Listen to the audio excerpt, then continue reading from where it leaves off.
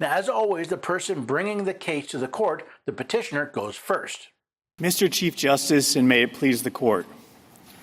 Congress amended the Federal Tort Claims Act in 1974 to ensure a legal remedy for the intentional torts of federal police.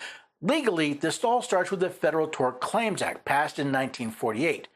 This legislation was passed to deal with the problem of sovereign immunity, something I'll look at later. The two sections of the law we need to focus on are sections 2674, liability of the United States, and 2680, exceptions.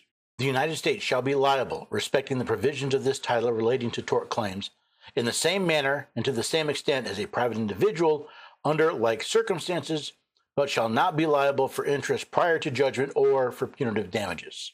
While Section 2680 listed several exceptions to United States liability, there was still a problem, which is why in 1974, Congress amended the FTCA with the following proviso: that with regard to acts or omissions of investigative or law enforcement officers of the United States government, the provisions of this chapter in Section 1346B of this title shall apply to any claim arising on or after the date of enactment of this proviso out of assault, battery, false imprisonment, false arrest, abusive process, or malicious prosecution.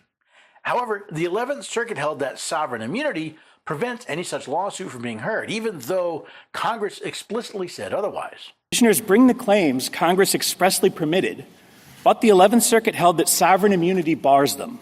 While the arguments focused on many issues in this proviso, the petitioner's point is rather simple. So the government's argument in this case and the 11th Circuit's holding below invite a simple question. If even proviso claims Congress amended the statute to affirmatively guarantee are barred by sovereign immunity, what is left of the Federal Tort Claims Act? Does the court's idea of sovereign immunity supersede federal law? It is a question we'll look at closer later.